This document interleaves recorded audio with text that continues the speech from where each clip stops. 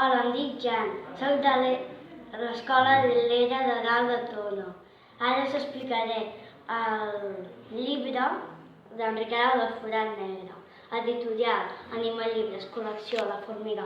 Autor, Pep Molís, il·lustradora, Lucía Serrano. La pàgina que m'ha agradat més ha estat la que va trobar els seus pares i que estàvem com en una missió però imaginatòria perquè estava somiant i comptava enrere el coet per sortir disparant, però era imaginari i després es va despertar.